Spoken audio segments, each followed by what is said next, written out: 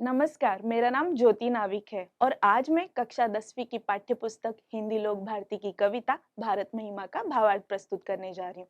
इस कविता के कवि हैं जयशंकर प्रसाद जी। तो सबसे पहले हम उनके बारे में जान लेते हैं। बहुमुखी प्रतिभा के धनी जयशंकर प्रसाद जी छायावादी युग के चार स्तंभों में से एक माने जाते हैं। इन्हें संस्कृत, बांग्ला, फारसी और अंग्रेजी भाषा का अच्छा ज्ञान था। इनका जन्म वर्ष 1890 वाराणसी में हुआ तथा मृत्यु 1937 वाराणसी उत्तर प्रदेश में हुई। कवि, नाटककार, कथाकार, उपन्यासकार तथा निबंधकार के रूप में इन्होंने कई रचनाएं लिखी हैं। इनकी रचनाओं में भारत के गौरवशाली इतिहास के दर्शन होते हैं। तो अब हम इनकी रचनाओं के बारे में जानते हैं। इनकी रचनाओं में झरना, आंसू, लहर काव्य हैं, कामायनी महाकाव्य है, स्कंदगुप्त, चंद्रगुप्त, ध्रुव स्वामिनी ऐतिहासिक नाटक है, प्रतिध्वनि, आकाशदीप, इंद्रजाल कहानी संग्रह है, कंकाल, तितली, इरावती उपन्यास हैं।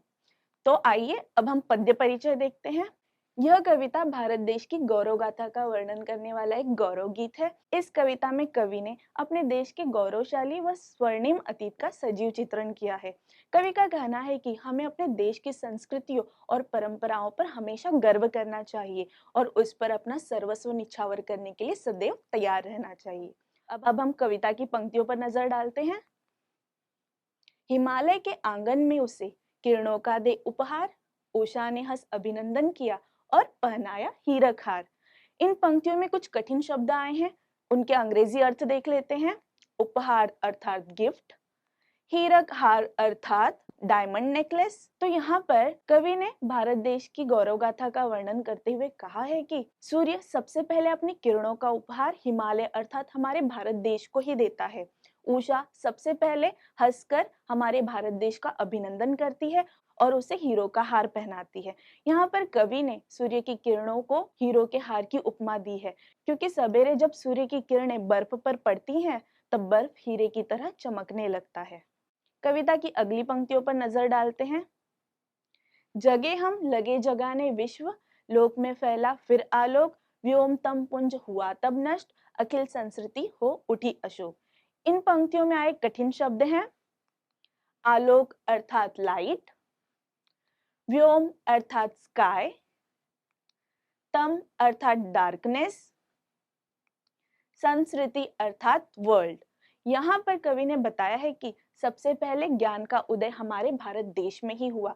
यहीं से ज्ञान के प्रचार प्रसार की शुरुआत हुई और संपूर्ण विश्व में ज्ञान फैलाया गया, जिससे आकाश में फैला अज्ञान रूपी अंधकार दूर हो गया। पूरी सृष्टि ज्ञान के प्रकाश से प्रकाशित और शोक रहित हो गई। अगली पंक्तियों पर नजर डालते हैं। विमल वाणी ने वीणा ली, कमल कोमल कर में सप्रीत, सप्त स्वर सप्त सिंधु में उठे, छिड़ा तब मधुर साम संगीत। इन पंक्तियों में कठिन शब्दों के अंग्रेजी अर्थ देख लेते हैं। वाणी अर्थात स्पीच, सप्रीत अर्थात विथ लव, सप्त स्वर अर्थात the seven notes in Indian classical music. कवि ने यहाँ पर बताया है कि विद्या की देवी माता सरस्वती की कृपा सबसे पहले हमारे भारत देश पर ही पड़ी। उन्होंने जब अपने कोमल हाथों में प्रेम से वीणा को धारण किया, तब उस वीणा से सात नदियों के प्रदेश अर्थात हमारे प्राचीन आर्यावर्त में सात स्वर गूंजे और सामवेद के संगीत का निर्माण हुआ। अगली पंक्तियों पर नजर डालते हैं। विजय केवल लोहे की नहीं, धर्म की रही धरा पर धूम, भिक्षु होकर रहते सम्राट, दया दिखलाते घर घर घूम। इन पंक्तियों में कठिन शब्द आया है सम्राट, उसका अंग्रेजी अर्थ है किंग। कवि ने यहाँ पर बताया है कि हमारे देश में लोहे अर्थात शक्ति से अधिक धर्म व शांति का बोलबाला रहा है। सम्राट अशोक ने लोगों के कल्याण के लिए अपना राजसी वैभव त्याग दिया और अपना पूरा जीवन भिक्षु के रूप में बिताया। उन्होंने घर घर घूमकर लोगों को शांति व दया का संदेश दिया है। अगली पंक्तियों पर नजर डालते हैं। यवन को दिया दया का दान, चीन को मिली धर्म की दृष्टि, मिला था स्वर्ण भूमि को रत्न, शील के सिंहल को भी सृष्टि। कवि कहते हैं कि हमारा भारत देश वीरों की भूमि है। यहाँ पर चंद्रगुप्त मौर्य जैसे वीर शासक पैदा हुए, जिन्होंने भारत पर आक्रमण करने वाले यवन के सेल्यूकस को युद्ध में हरा दिया। उसे सजा नहीं दी, बल्कि उसे जीवन दान देकर भारत से खदेड़ दिया। सम्राट अशोक के अनुयायी भिक्षुओं ने चीन में घूमकर धर्म का प्रचार प्रसार किया। स्वर्ण भूमि अर्थात बर्मा को बौद्ध धर्म के त्रिरत्न बुद्ध धम्म और संघ का ज्ञान कराया। उन्होंने सिंहल द्वीप अर्थात श्रीलंका को पंचशील के सिद्धांतों के बारे में बताया। यहाँ पर पंचशील में झूठ न बोलना, चोरी न करना, हिंसा न करना, व्यभिचार अर्थात पाप न करना और नशा न करना आदि सिद्धांतों को शामिल किया गया है। अगली पंक्तियां हैं। किसी का हमने छीना नहीं, प्रकृति का रहा पालना यही, हमारी जन्मभूमि थी यही, कहीं से हम आए थे नहीं। यहाँ पर कवि कहते हैं कि हम भारतवासियों ने कभी किसी का कुछ नहीं छीना है। हमारी धरती हमेशा से ही प्राकृतिक संसाधनों से भरी रही है। हमारी जन्मभूमि यही है, हम यहीं के निवासी हैं, हम कहीं और से आए नहीं हैं। अगली पंक्तियां देखते हैं। चरित थे पूत भुजा में शक्ति, नम्रता रही सदा संपन्न, हृदय के गौरव में था गर्व, किसी को देख न सके विपन्न। इन पंक्तियों में कुछ कठिन शब्द हैं। चरित अर्थात कैरेक्टर, पूत अर्थात होली, विपन्न अर्थात पुअर। कवि कहते हैं कि हम भारतवासियों का चरित्र हमेशा से ही पवित्र रहा है। हमारी भुजाओं में आज भी शक्ति का संचार होता है। विनम्रता हमारा गहना है। भारतवासी होने के नाते हम सदैव गौरवान्वित रहते हैं। हम किसी को दुख एवं तकलीफ में नहीं देख सकते हैं। संकट में एक दूसरे की सहायता करना हम भारतवासियों की एक विशेषता है। अगली पंक्तियां हैं। हमारे संचय में था दान, अतिथि थे सदा हमारे देव, वचन में सत्य हृदय में तेज, प्रतिज्ञा में रहती थी टेव। इन पंक्तियों में आए कठिन शब्द है। संचय अर्थात कलेक्शन, प्रतिज्ञा अर्थात ओथ, टेव अर्थात हैबिट। कवि कहते हैं कि संचय करना हम भारतवासियों की एक विशेषता है, लेकिन उस संचय का उद्देश्य केवल दान ही होता है।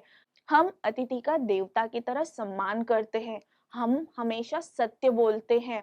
हमारी प्रतिज्ञा में आज भी पहले की तरह ही वही दृढ़ता और तेज है। कविता की अगली पंक्तियां हैं। वही है रक्त, वही है देश, वही साहस है वैसा ज्ञान, वही है शांति, वही है शक्ति, वही हम दिव्य आर्य संतान। कवि यहाँ पर कहते हैं कि समय धीरे धीरे भले ही बदल गया हो, लेकिन हमारा भारत देश आज भी वैसा ही है। हम भारतवासियों में आज भी उसी रक्त का संचार होता है, जिसमें साहस व ज्ञान भरा हुआ है। आज भी हम शांति व शक्ति को प्रतीक मानते हैं। हमारे अंदर आर्यों के सभी गुण हैं, क्योंकि हम उन्हीं की संतानें हैं। कविता की अगली पंक्तियां हैं। जिए तो सदा इसी के लिए, यही अभिमान रहे यह हर्ष, निछावर कर दे हम सर्वस्व, हमारा प्यारा भारतवर्ष। इन पंक्तियों में एक कठिन शब्द आया है। हर्ष अर्थात हैप्पीनेस। कवि यहाँ पर कहते हैं कि हम भारतवासी अपना सब कुछ अपने देश पर समर्पित कर प्रसन्न व गौरवान्वित है। हम अपना सब कुछ अपने देश के लिए निछावर करने के लिए सदैव तैयार रहते हैं। इन पंक्तियों में एक मुहावरा आया है, निछावर करना, जिसका अर्थ है अर्पण करना या समर्पित करना। मुझे उम्मीद है कि आपको इस कविता का भावार्थ अवश्य पसंद आया होगा। यदि आपको कविता का भावार्थ पसंद आए तो हमारे टारगेट पब्लिकेशंस चैनल को लाइक, शेयर एंड सब्सक्राइब जरूर करें। Thank you.